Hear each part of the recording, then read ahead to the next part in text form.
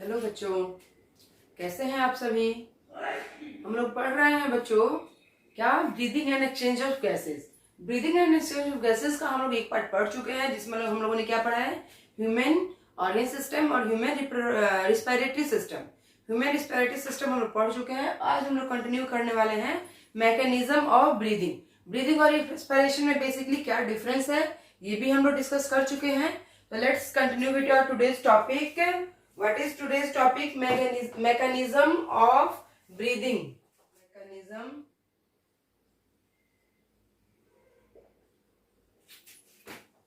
of breathing. Breathing जो होती है बच्चों, उसमें दो स्टेजेस इन्वॉल्व होते हैं। एक होता है इंस्पायरेशन, जिसमें क्या होता है कि हम लोग एयर को अंदर इनटेक करते हैं, और एक होता है बच्चे एक्सपायरेशन, जिसमें एयर को हम लोग क्या करते हैं, अपने बॉडी से थ्रू आउट करते हैं। तो इसमें मेनली कौन कौन से प्रोसेस इन्वॉल्व होते हैं? Involve two process,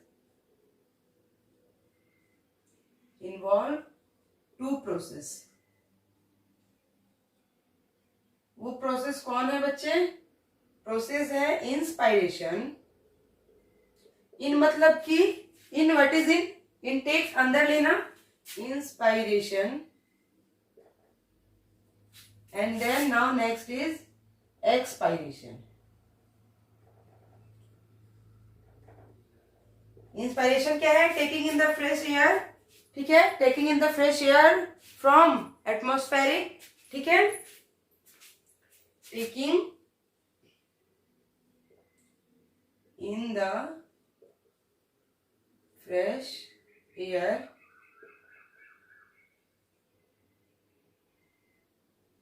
atmospheric air, ठीक है, जिसमें हम लोग एटमॉस्फेयर की ऑक्सीजन जो है वो इनटेक कर रहे हैं। एक्सपायरेशन में क्या करते हैं बच्चे? रिमूव करते हैं, removal of CO2 rich air from lungs.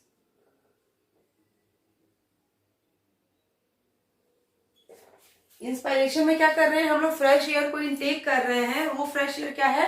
Oxygen है, ठीक है। यहाँ पे लिख सकते हैं टेकिंग इन फ्रेश एयर, या फ्रेश एयर तो पता है ना क्या होती है, ऑक्सीजन, लिख भी लीजिए।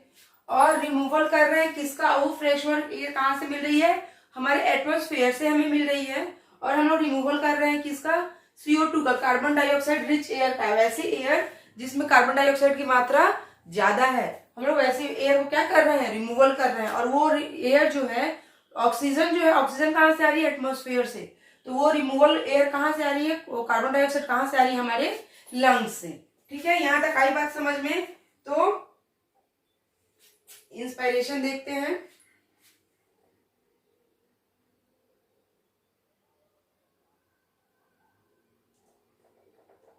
Inspiration,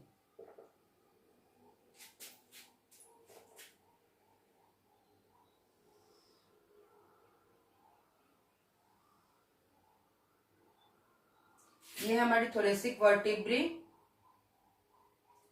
thoracic vertebrae. पहले डायग्राम से समझ लेते हैं। थोरेसिक वर्टिब्री,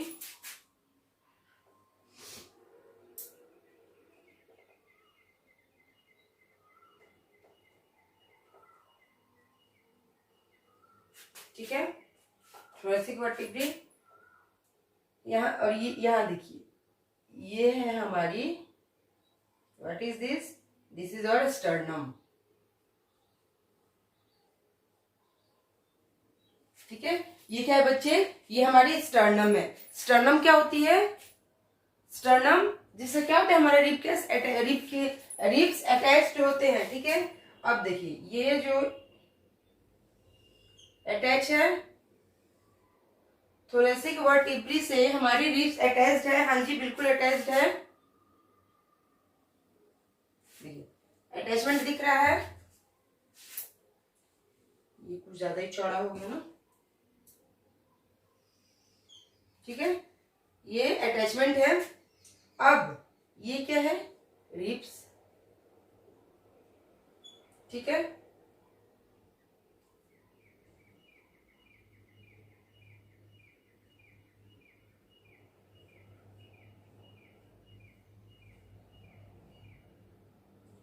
और ये है हमारी डायफ्रागम।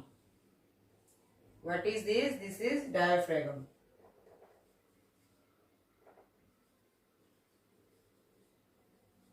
ठीक है। ये जो है बच्चे अंदर की तरफ, जो अंदर की तरफ है डायफ्रागम के अंदर की तरफ, ठीक है, तो उसे कहते हैं हम internal intercostal muscles. Internal intercostal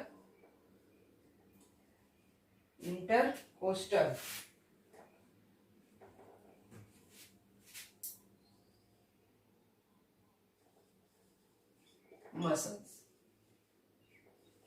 तो जो डायफ्रागम से अंदर की तरफ है, यहाँ हमारा डायफ्रागम होता है ना, तो इसके अंदर की तरफ जो है वो क्या है? इंटरनल कोस्टल मसल्स है। तो जो बाहर की तरफ होगी वो क्या होगी? ये होगी बच्चे external coastal muscles. External inter है तो बॉडी के अंदर ही ना, कोस्टल मसल।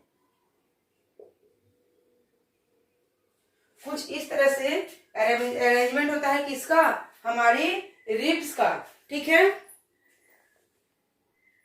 आइए इंस्पायरेशन देखते हैं। इंस्पायरेशन कैसे होता है?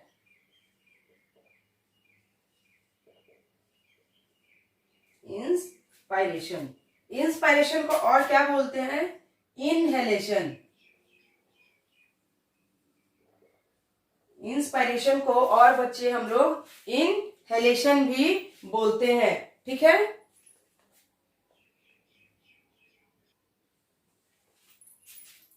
ये दो तरह से होता है। इनहेलेशन की प्रोसेस जो होती है या इंस्पायरेशन की, ये बच्चे दो तरह से होती है। एक तो होती है नॉर्मल कंडीशन में, ठीक है। एक होती है फोर्सफुल, जो क्या होती है?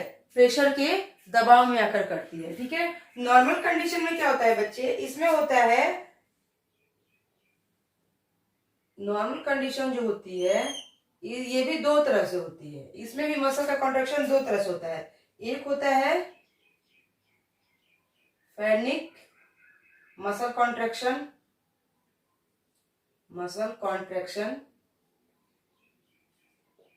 और दूसरा होता है बच्चे external intercostal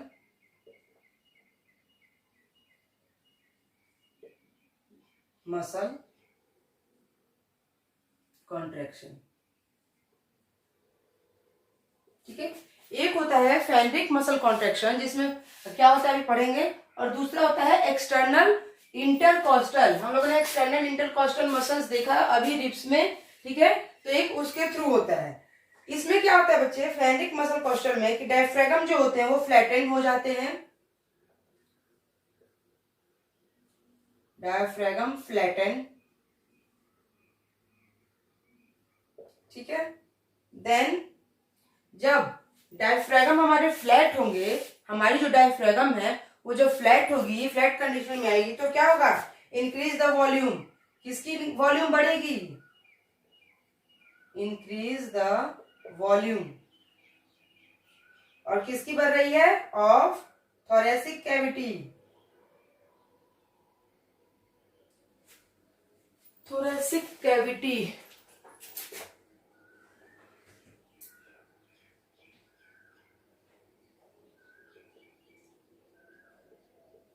thoracic cavity in कहा?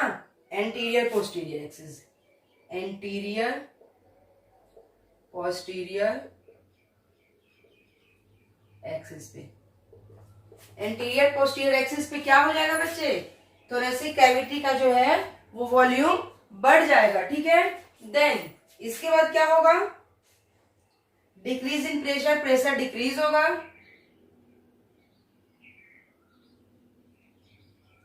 Decrease in pressure, pressure decrease हो जाएगा बच्चे। और देन क्या होगा? Air will move in, air will move in, और हवा क्या होगी? हमारे अंदर आ जाएगी। ठीक है, तो ये हुआ फेनरिक मसल कॉन्ट्रैक्शन। अब देखते हैं नेक्स्ट एक्सटर्नल इंटरकोस्टल मसल। इसमें क्या होता है? एक्सटर्नल इंटरकोस्टल मसल, इसमें पहला क्या होगा बच्चे, इवेलुएट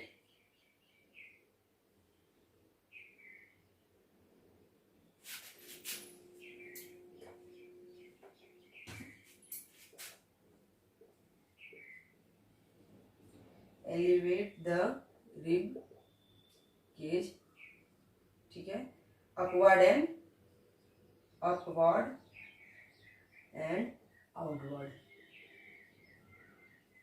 हमारा रिब केज क्या होगा, थोड़ा ऊपर और थोड़ा सा साइड को हो जाएगा। Then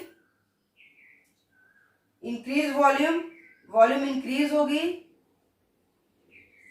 increase volume in डॉर्सोवेंट्रल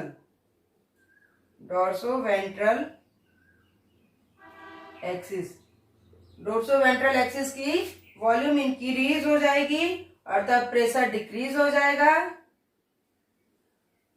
decrease in pressure, और द एयर क्या हो जाएगा, एयर विल मूव इन, और हवा अंदर आ जाएगी। तो ये थी नॉर्मल कंडीशन कि हमारी डायफ्रागम, फेरिक में क्या होगा, डायफ्रागम फ्लैटेंड होगी, देन वॉल्यूम इंक्रीज होगा थोड़े से कैविटी की एंटीरियर पोस्टीरियर एक्सिस पे, और डिक्रीज, प्रेशर डिक्रीज होगा। क्या इंक्रीज क्या हो रहा है, वॉल्यूम इंक्रीज हो रहा है, प्रेशर डिक्रीज हो रहा है, हवा अंदर आ गई। यहाँ क्या हो रहा है कि elevate the ribcage upward and downward, यहाँ रिबकेज क्या हो रहा है कि थोड़ा सा अपवर्ड हुआ, थोड़ा सा अपवर्ड हुआ, थोड़ा सा इन द सेंस थोड़ा सा अपवर्ड हुआ, ठीक है। इंक्रीज वॉल्यूम, वॉल्यूम बढ़ गई किसकी, डॉर्सोवेंट्रल एक्सिस की, और decrease in pressure, pressure decrease हुआ, वॉल्यूम बढ़ेगी, प्रेशर घटेगा और हवा अंदर आ जाएगी, ठीक है। फोर्सफुल में क्या होता है बच्चे, फोर्सफुल की कंडीशन थोड़ी सी अलग है। इसमें क्या होता है कि मसल्स होते हैं, मसल्स, कौन से मसल्स होते हैं, पहला मसल्स देखते हैं,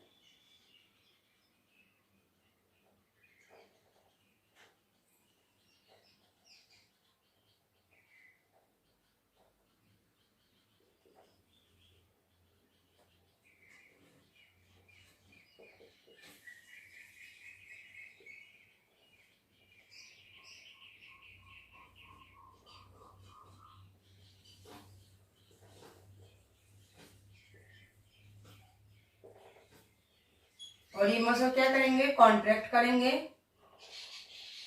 contract these muscles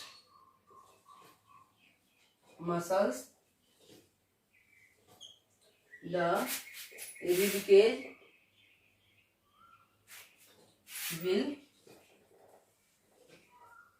elevate more। इसमें क्या होता है बच्चे फोर्सफुल में कि जो मसल्स होते हैं, कौन से मसल्स, स्टेर्नोक्लीडोमास्टोइड, एस्केलिन और पेक्टोरल्स माइनर, ये मसल्स क्या करेंगे, कॉन्ट्रैक्ट करेंगे, और कॉन्ट्रैक्ट करने के बाद क्या होगा, रिब केज को एलिवेट करेंगे और एयर क्या आ जाएगी, अंदर आ जाएगी। तो प्रोसेस देखते हैं बच्चों कि पाथवे क्या है, किसका पाथवे बच्चे, पाथवे है ये फ्रेश एयर का पाथवे, किसका pathway, fresh air into lungs, ठीक है। फ्रेश एयर हमारे लंग्स तक कैसे आती है, उसका पाथवे है। पहले क्या होगा, एक्सटर्नल नेजल,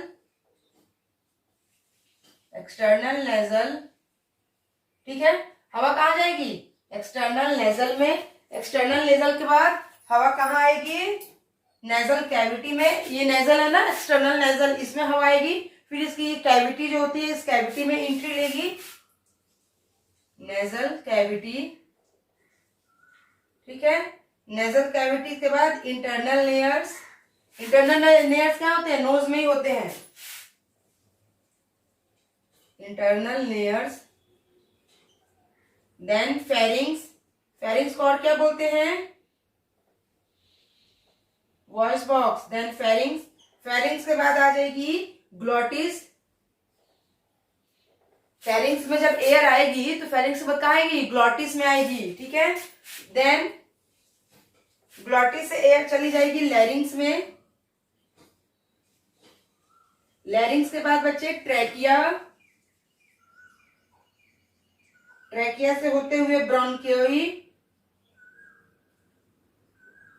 ठीक है, ब्रोंकोई से होते हुए ब्रोंकियोल्स,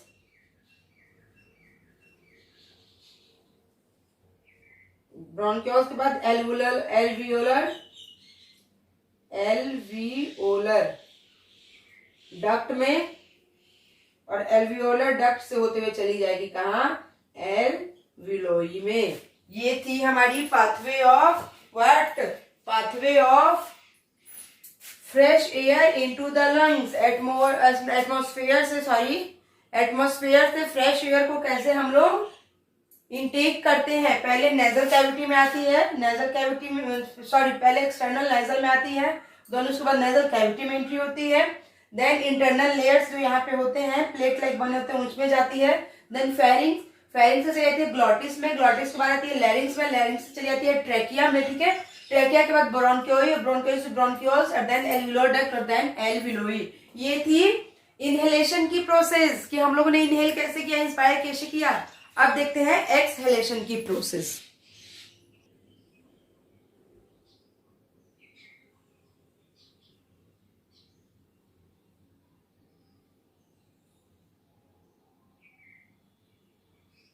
एक्सपायरेशन भी दो कंडीशन में हुई थी, एक नॉर्मल कंडीशन हुई थी, एक फोर्सफुल कंडीशन हुई थी। एक्सपायरेशन भी क्या होगी बच्चे, दो कंडीशन में होगी, एक नॉर्मल कंडीशन होगी, एक फोर्सफुल कंडीशन होगी। देखते हैं इसकी भी प्रोसेस को।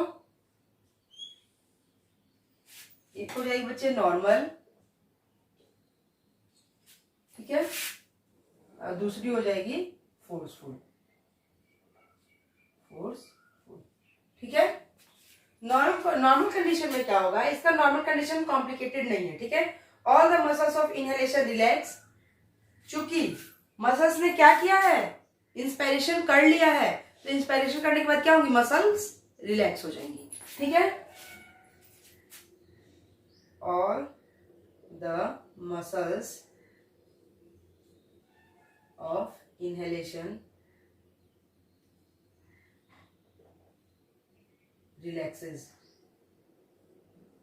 इनहेलेशन के बाद क्या होगा, सारी मसल्स रिलैक्स हो जाएंगी, then everything comes in normal condition, हर चीज नॉर्मल कंडीशन में आ जाएगी, everything comes to normal condition, ठीक है, हर चीज नॉर्मल कंडीशन में आ जाएगी क्योंकि इंस्पायरेशन हो चुकी है, एक स्टेप कंप्लीट हो चुका है। देन डिक्रीज इन वॉल्यूम, वहां क्या हो रहा था, इंक्रीज इन वॉल्यूम, और डिक्रीज इन प्रेशर, यहां क्या होगा, decrease in volume, decrease in volume. But inspiration में क्या हो रहा था कि वॉल्यूम इंक्रीज हो रही थी, प्रेशर डिक्रीज हो रहा था। यहां वॉल्यूम डिक्रीज होगी, प्रेशर इंक्रीज होगा, तभी तो हवा बाहर जाएगी ना। Decrease in volume, increase in pressure, देखिए इंक्रीज इन प्रेशर, ठीक है, प्रेशर इंक्रीज हो जाएगी, and then air moves out, air moves out. Air क्या है, हमारे बॉडी से आउट हो जाएगा, बाहर निकल जाएगा, ठीक है। देन फोर्सफुल में आते हैं, फोर्सफुल क्या होगा बच्चे, फोर्सफुल में फिर दो कंडीशन बनती है, कौन कौन सी। पहली कंडीशन होती है कि इंटरकॉस्टल मसल्स जो होते हैं वो क्या करेंगे, कॉन्ट्रेक्शन करते हैं, और दूसरे क्या होते हैं कि एब्डोमिनल मसल्स, हमारे एब्डोमेन के जो मसल्स होते हैं वो कॉन्ट्रैक्ट करते हैं। देखते हैं process. Internal intercostal, internal intercostal muscles, ठीक है, ये क्या करते हैं, कॉन्ट्रैक्ट करते हैं, ठीक है। कॉन्ट्रैक्ट करने के बाद क्या होगा, move rib cage inward, move rib cage inward, अंदर की तरफ जाएगी, इनवर्ड, एंड वहां क्या हो रहा था बच्चे, इंटरकॉस्टल में वहां क्या हो रहा था, बताओ फटाफट। वहां हो रहा था कि रिब केज जो है आउटवर्ड जा रही थी और अपवर्ड जा रही थी, है ना। कब? इंस्पायरेशन में आउटवर्ड जा रही थी, अपवर्ड जा रही थी। यहां क्या हो रहा है? एक्सपायरेशन में ब्रीफकेस इनवर्ड आ रही है, नीचे की तरफ आ रही है, और क्या हो रहा है? डाउनवर्ड आ रही है and downward.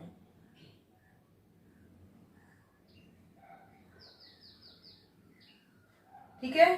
Decrease volume, decrease volume, volume घट रहा है। देन इंक्रीज प्रेशर, प्रेशर बढ़ रहा है। इंक्रीज प्रेशर और एयर मूव्स आउट, एयर बाहर चली गई, एयर मूव्स आउट। ठीक है, एयर क्या हुआ? बाहर निकल गई। ये है हमारी इंटरनल इंटरकोस्टल मसल का कॉन्ट्रैक्शन। एब्डोमिनल मसल क्या करती है? एब्डोमिनल मसल्स, एब्डोमिनल मसल्स क्या करेगी? कॉन्ट्रैक्ट करेगी। Then will push the viscera towards diaphragm। ठीक है, towards diaphragm। diaphragm becomes move। diaphragm क्या करेंगे? diaphragm becomes मूव, और कैसे हो जाएंगे? Orchid, arched. एक आर्च्ड बना लेंगे बच्चे। डायफ्रागम कैसे बन हो जाएंगे? एक आर्च्ड बना लेंगे। देन डिक्रीज वॉल्यूम, वॉल्यूम घटेगी। डिक्रीज वॉल्यूम, वॉल्यूम घटेगी तो क्या होगा? प्रेशर इंक्रीज,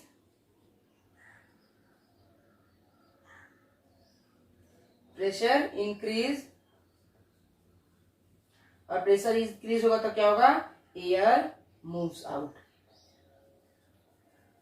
एयर क्या है बच्चे? बाहर निकल जाएगी। तो ये थी प्रोसेस किसकी? हमारे एक्सपायरेशन की।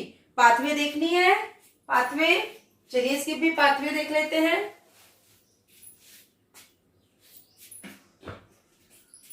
यहां देखते हैं पाथवे। पहले क्या होगा पाथवे में? ये पाथवे हम लोग किसकी देख रहे हैं? Foul air from lungs, expiration of foul air from lungs. Lungs से जो दूषित वायु होती है, जो CO2 रिच एयर होती है, उसका बाहर निकलना। तो वहां एयर लास्ट में कहां पहुंची थी? एल्विलोई में पहुंची थी इंस्पायरेशन में। यहाँ की एयर क्या होगी? एल्विलोई से ही रिटर्न होगी। तो यहाँ स्टार्ट होगा एल्विलोई, एल्विलोई, एल्विलोई से एल्वियोलर डक्ट, ये तो सेम उसका उल्टा हो जाएगा बच्चे। देन ब्रोंकियोल्स, ब्रोंकियोल से ब्रोंकेई, एकदम उल्टा चल रहा है। देन ट्रैकिया, जिस रास्ते गया था उसी रास्ते रिटर्न हो रहा है। लैरिंग्स, देन ग्लॉटिस, याद आ रहा है कुछ कुछ इंस्पायरेशन का। Then pharynx, then internal layers,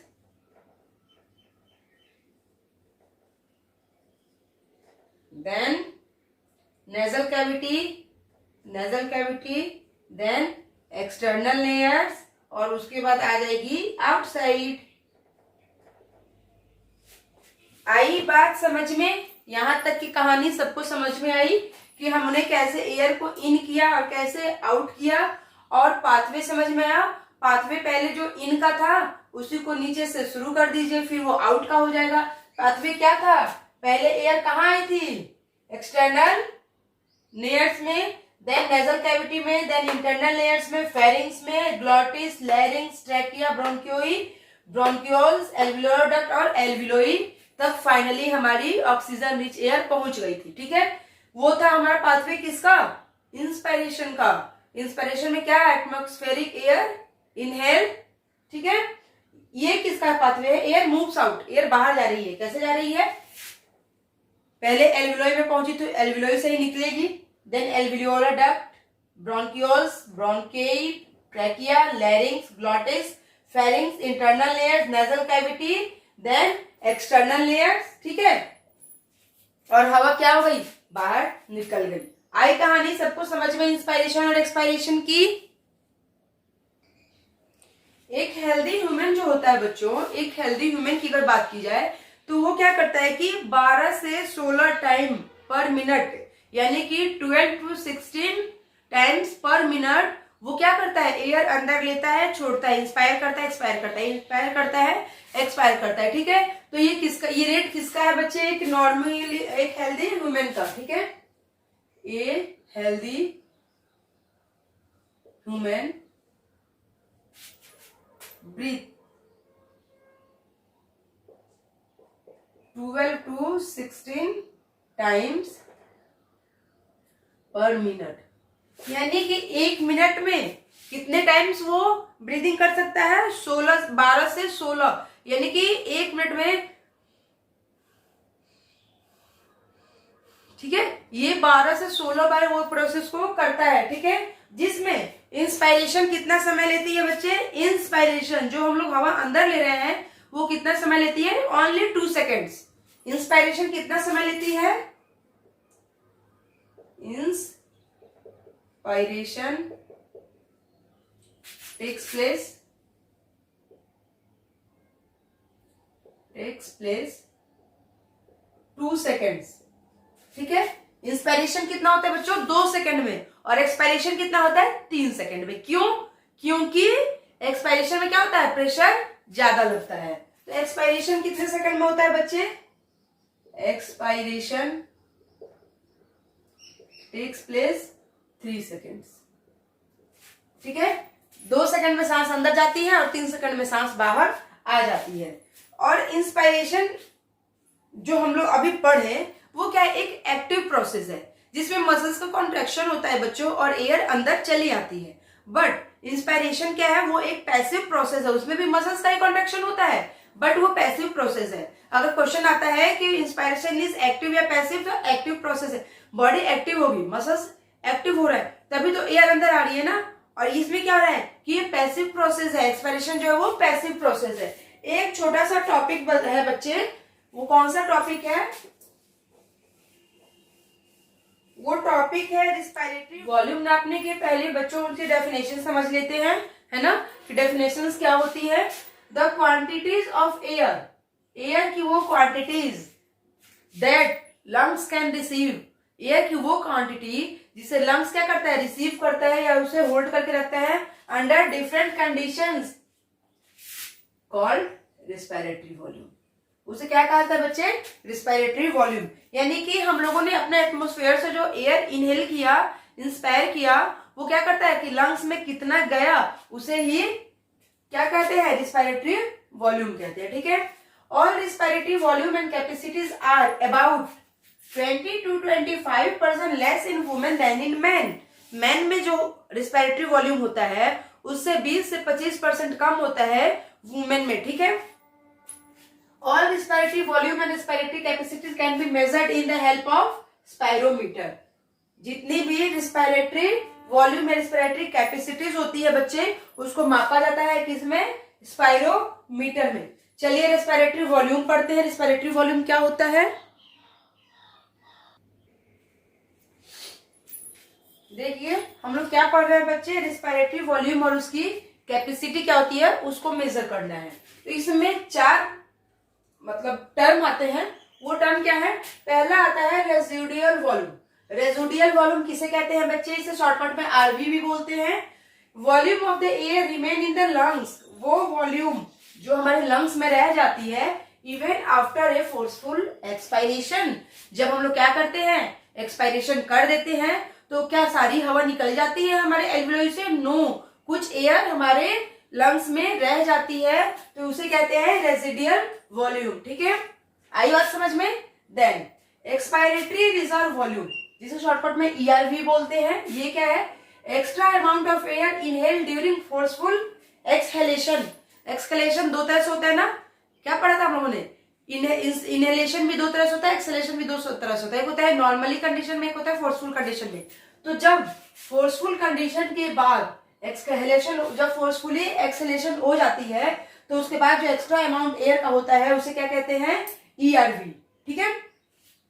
then tidal volume, what is tidal volume? Volume of air in the normally, यानी कि नॉर्मली क्या है, जो एयर का वॉल्यूम है उसे कहते हैं टाइडल वॉल्यूम। और the next is inspiratory reserve volume.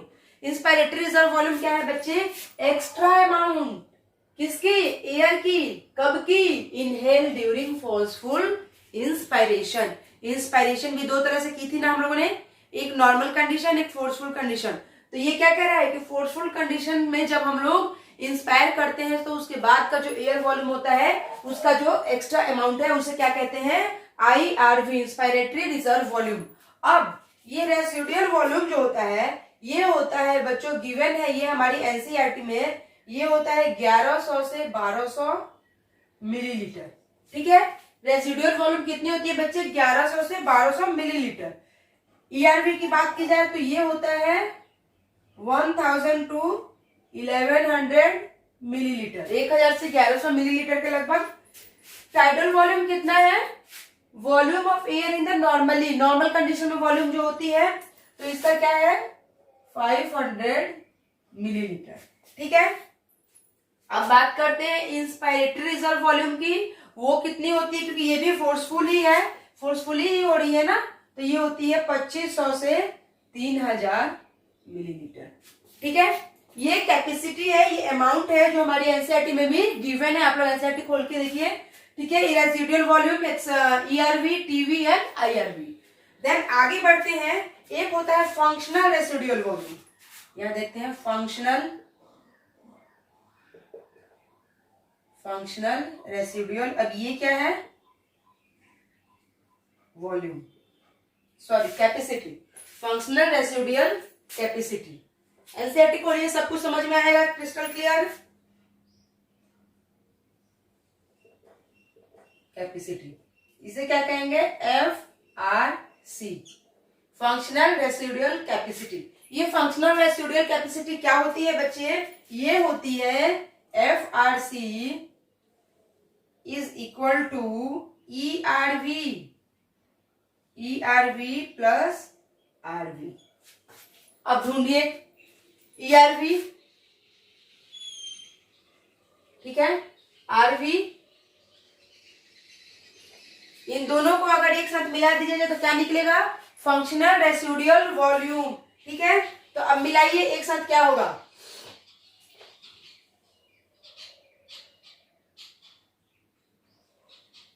ये कितना है?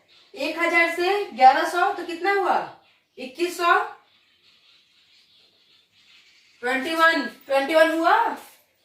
1100 प्लस 1000, 21। ठीक है। प्लस ये कितना हुआ बच्चे? 12 11 23, 2300 मिलीलीटर। यानी ये क्या हो गया? ये हो गया the volume, total volume of air remain in the lungs after normal expiration. ये क्या हो गया बच्चे? ये वैसी एयर हो गई जो क्या हो रही है कि एक्सपायरेशन जब हुई नॉर्मल कंडीशन में तो उसके बाद ये हमारे बॉडी में बच गई। ठीक है। तो ये उसकी वॉल्यूम हो गई। आई बात समझ में? देन नेक्स्ट देखते हैं। नेक्स्ट क्या है बच्चे? Expiratory capacity. ध्यान से समझेंगे इसको। एक्सपायरेटरी कैपेसिटी, एक्सपायरेटरी कैपेसिटी क्या लिखेंगे? EC, शॉर्टकट लिख रहे हैं ना सबका, EC। अब देखिए ये EC क्या होती है? EC इक्वल टू होता है आपका, EC is equal to TV plus ERV। देखिए कहाँ है TV? This is TV, tidal volume, plus ERV expiratory reserve volume. ठीक है, इन दोनों को जब एक साथ मिला दिया जाएगा तो क्या हो जाएगा, एक्सपायरेटरी कैपेसिटी हो जाएगी। मिलाइए, कितना है 500,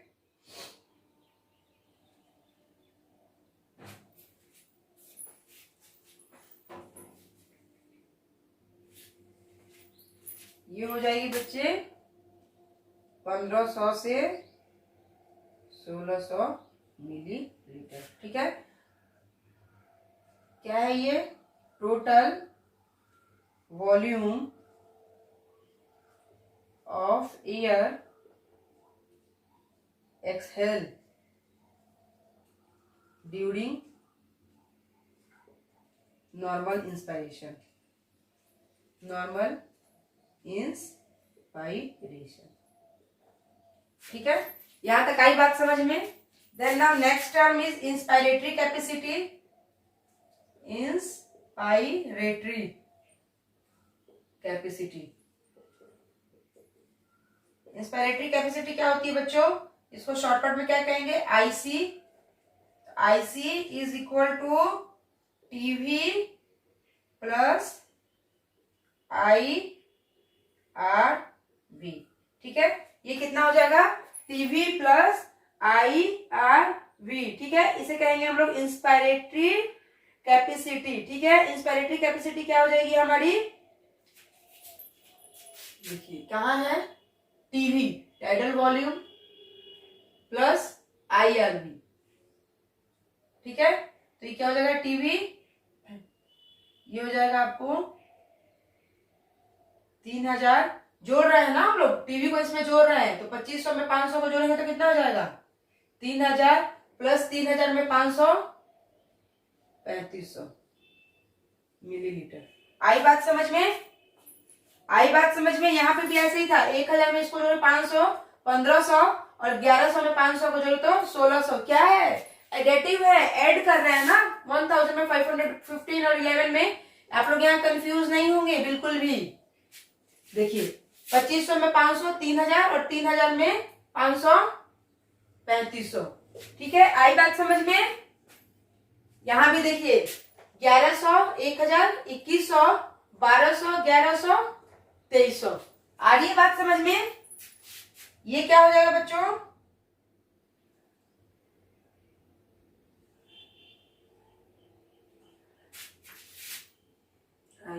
ERV प्लस RV। ठीक है, ये हो जाएगा टोटल वॉल्यूम। ये क्या हो जाएगा बच्चे, टोटल वॉल्यूम। अरे यहाँ एडिटिव नहीं देंगे ना, यहाँ तो हमने ऐड कर ही दिया है, तो इतना सॉरी सो सॉरी, ये तो हमने ऐड करके लिखा है ना, यानी कि 3000 से 3500 मिलीलीटर क्या होगी, इसकी आईसी होगी। ये आईसी क्या होगा, total volume of air inhaled during normal expiration. ये क्या है, टोटल वॉल्यूम है वैसे एयर का जो हम लोगों ने इनहेल किया है, कैसे, ड्यूरिंग नॉर्मल एक्सपायरेशन, एक्सपायरेशन के थ्रू। एक आता है बच्चे vital capacity, vital capacity. What is vital capacity, vital capacity इसे भी शॉर्टकट में क्या कहेंगे, वीसी। वीसी इक्वल टू क्या होगा बच्चे, IRV। IRV आप लोग मिलाते रहिए, टीवी, ठीक है, प्लस ERV। ठीक है, IRV कितना है बच्चे, IRV, व्हाट इज IRV, देखिए IRV कहाँ है हमारा, यहाँ है। ठीक है, प्लस टीवी, तो ये हमारी आ जाएगी कितनी, IRV 2500 और टीवी 500। ठीक है, प्लस ERV, ERV कहाँ है, प्लस 1000, तो कितना हुआ 2500 और 500, 3000 और 1, 4000, 4000। ठीक है, और उसके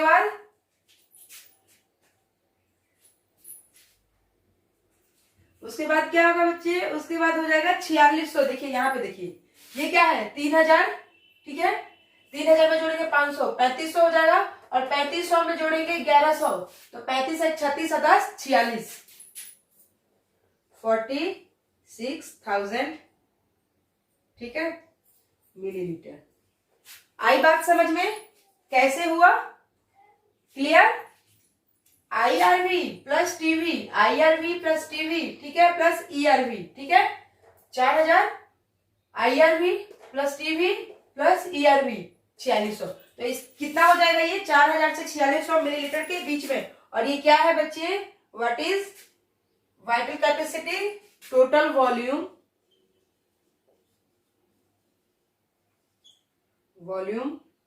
ऑफ एयर inhale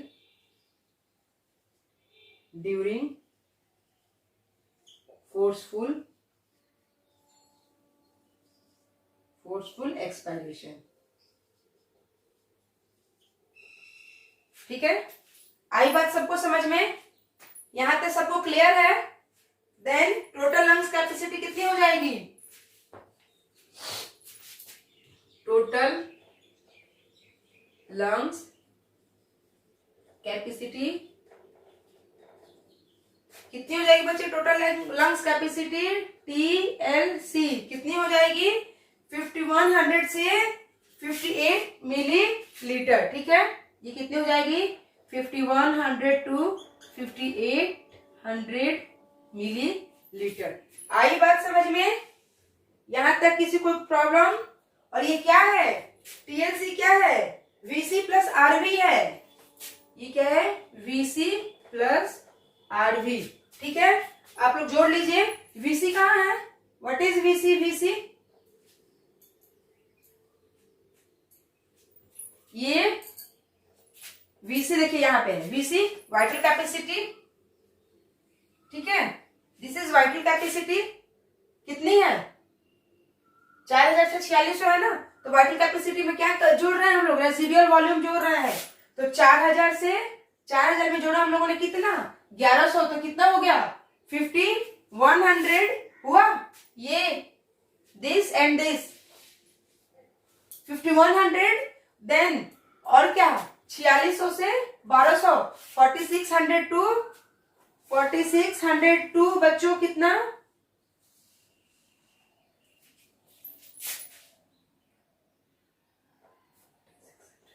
4600 टू 1200, ठीक है। तो 46 और 12 जब जोड़ेंगे तो कितना हो जाएगा? 58। आई बात समझ में यहां तक? तो ये तक क्या हो गया? टोटल लंग्स की कैपेसिटी हो गई, टोटल लंग्स कैपेसिटी, ठीक है। और टोटल लंग्स कैपेसिटी किसे कहते हैं? Total volume of the air present in the lungs during forceful inspiration. Inspiration के बाद हमारे लंग्स में जितने एयर बच जाती है उसे ही हम लोग क्या कहते हैं? Total lungs volume, total lungs capacity, TLC कहते हैं। एडेटिव फॉर्म समझ में आया? एडेटिव 1100, 4000 कितना हो गया? 5100 और देन 4600 एंड 1200, 5800। आई बात समझ में? बिल्कुल। यहां तक किसी कोई प्रॉब्लम, कोई डाउट? No doubt. तो यहां तक हम लोगों ने क्या कंप्लीट कर लिया बच्चे? आज हम लोगों ने क्या कंप्लीट किया? मैकेनिज्म ऑफ रिस्पिरेशन, रिस्पिरेशन की हम लोगों ने मैकेनिज्म ऑफ ब्रीदिंग, रिस्पिरेशन, ठीक है, उसका हम लोग मैकेनिज्म देखा और रिस्पिरेटरी वॉल्यूम और उसकी कैपेसिटी देखी। आज हम इतना ही पढ़ेंगे और इसी को अच्छे से समझेंगे। मिलते हैं कल इसके नेक्स्ट पार्ट के साथ, जहां हम लोग इसका नेक्स्ट पार्ट कवर करेंगे। तब तक के लिए थैंक यू सो मच।